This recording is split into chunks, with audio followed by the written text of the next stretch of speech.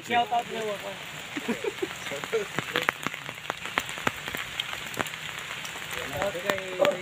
Magandang araw, buddies. Maganda pa rin kahit nag-ulan. So, nandito tayo ngayon sa Lamitan, North Cotabato. In short, Makilala. Makilala. So, kasama natin ang Team Usuki. Okay? So, ito yung tropa natin dito. Baka may sabihin kayo. Shout out. Shout out. Shout out, bro. Okay. So, kahapon pa tayo dito. Then naka-survey na tayo ng partial. Then ngayon patuloy. Then nakagawa tayo ng 3 test dig. Last day. So ito papakita lang namin kasi direct shot na to ang big site. Ito yung tinatawag natin na BBM o Big Boulder Marker. So para may insight din kayo pag mangyari ka sa inyong mga area na may kaparihan ito. Pag titingnan siya natin, ganito siya kalaki, naka-fix. Then may katabi. Yan, may katabi na maliit na bato. So kung tingnan natin, puro butas-butas to. Napakarami. Yan, puro butas yan. Ay medyo paa ng bata. Ang very remarkable dito is ang heart na binaliktad. Dito tayo banda yan. Ito. Yan. Okay, ito yung heart. Klaro ang formation. Okay. So tingnan natin ang positioning ng bato. Ito paa na maliit. Going downward. Heart binaliktad. Okay. Talagang maganda pagka-ukit yan. Then may hole. Rubber hole. Ang daming butas. Halos butas-butas ko na ba ito eh. Pinaglalaruan yata. Okay, so ito yung area na sinasabi ko na nakuna ng mapa banda doon. Na pinasok sa bote. Botilya. Then tela siya. Yun yung may tatak na General Yamamoto. Ang general na nag-set up dito sa Makilala. Then ang address is Lamitan. So ngayon Makilala na. Okay? So may paa siya. Ito. So mag-view ka dito, paa yan. Tingnan natin yan. Paa na maliit. No?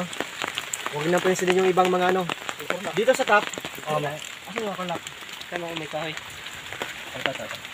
Ito, lahos to sa paa. Tagusan. Tagusan to. Ito, tingnan nyo. Ito siya. Tingnan natin. Yan.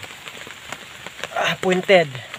Then itong hollow point niya, lahos dito sa itong paa. Yan. Dito mag-view dyan na paa. Pati dito.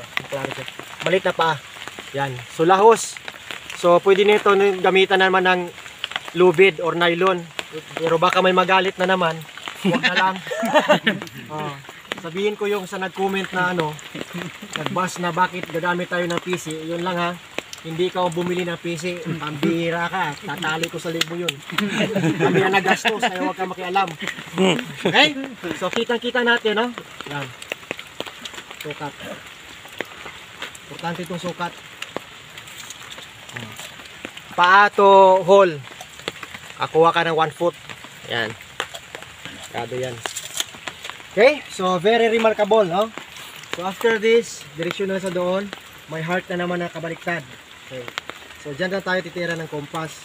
Kung anong direksyon ito. Okay. Bye. Bandog man. Ayaw magpatanggal. Yung fabric. Sandali, ito mo na lahat.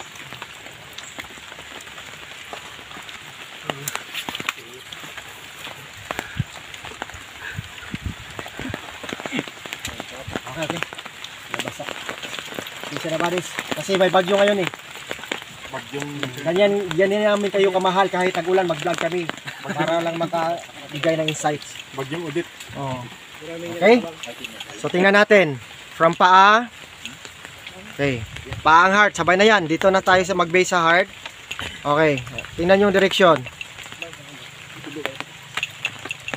Yan. 135 tayo doon. So, baka si mo automatic 315. So, ang target natin is nasa northwest, southeast portion to. Okay. Wood element, meron tayong makita. May slash to dito. Yan, malalim yan. Then, tingnan mo posisyon ng bato, pa-slope, papunta dito. Slope yan, naka-slope. Pag slope mo, makita mo pa travel. Then, pointed hole. Then, may butas, tagusan, 1 foot. Okay? Dito naman may heart. Okay. Dito tayo sa baba. Ito siya, pag-drop niya, naka-vertical na. So, yan tinatawag natin na wall type. Okay, tingnan natin dito. Sarap.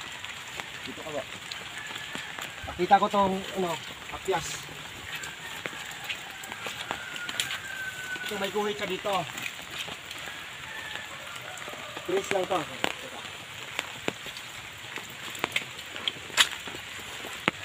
Kukuha ka ng trace yan. 3 inches, okay?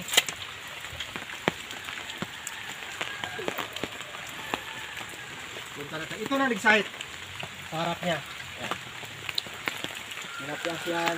Tapos may hole doon sa kabila. So mag-angle na yan ng 45 to 5. 2 to 5, 45 dito. Northwest siya. Northwest from here. Going here, northwest, going here. Northwest. Ayan. Okay, sukatin natin yan. 9 yan. Paki-hold dyan. Dito sa big side. Yan, butas na yan. Okay. Size 78, 9. Tama to sa hole. Yan. Ilak mo. Abante gamay. Ilak. Yan, yan. Maybe tatama mong butas sa ilalim. Okay, good. Paspasan. Okay? So galing naman sa sa sinasabi kong slash ito. Ito siya. Kukuha ka ng trace. Ayan. Dito ang trace. Ayan.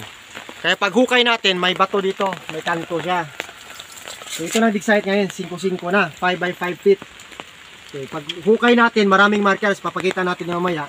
Unahin muna natin itong tinatawag natin na blockage na boulder. After loading nila, ito yung tinatabon. Kasi tingnan natin yung elevation. Prone to erosion siya. Siguro may nakuha na mga 1 foot. So mga 2 feet lumabas ito. Anong lumabas? Itong malaking bato. Mamaya na yung mga marker. Yung mga marker dito yung sa paligid. Ito siya. Kita natin. Malaki ito siyang bato. Then may slash sa gitna. Yan.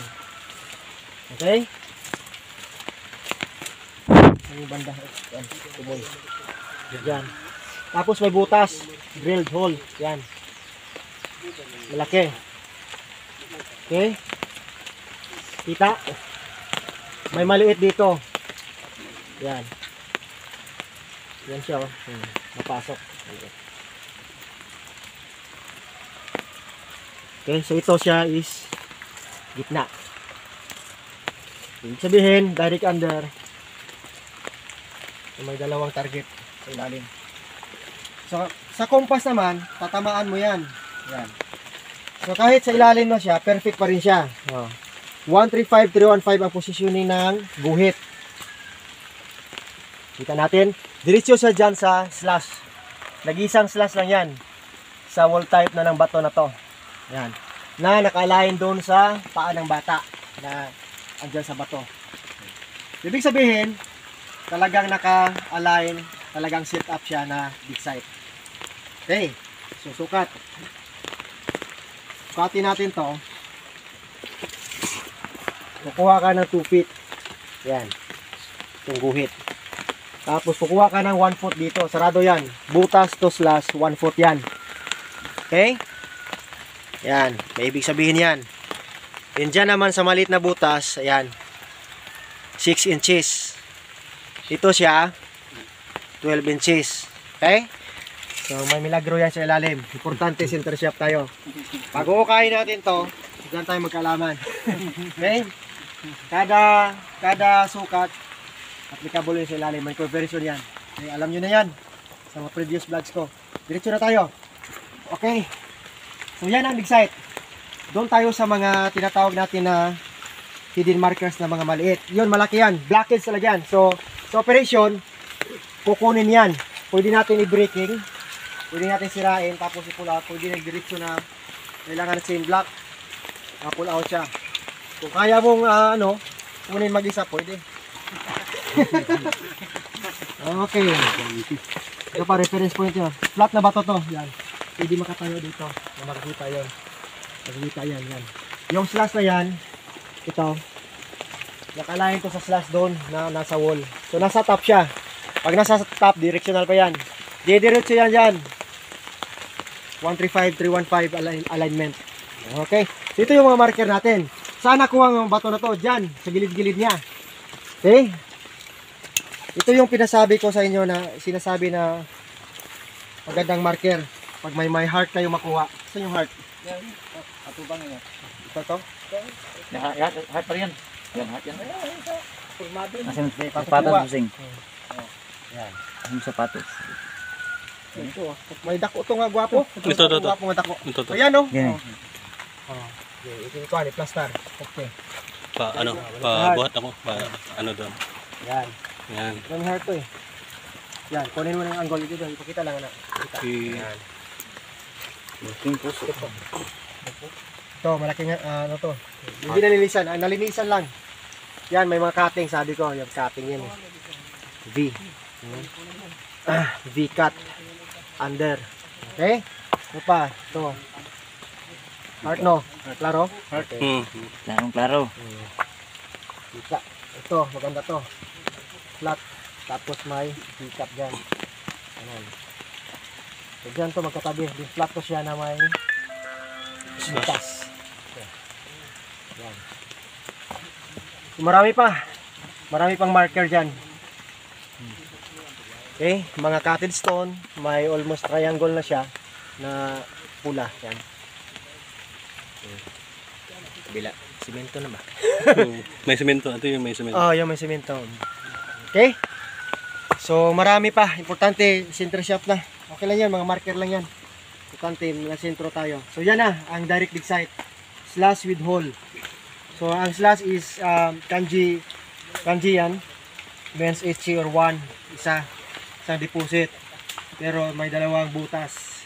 So, isang dig site, may dalawang something under. Maliit saka malaki. So, yan, sa pool talaga yan.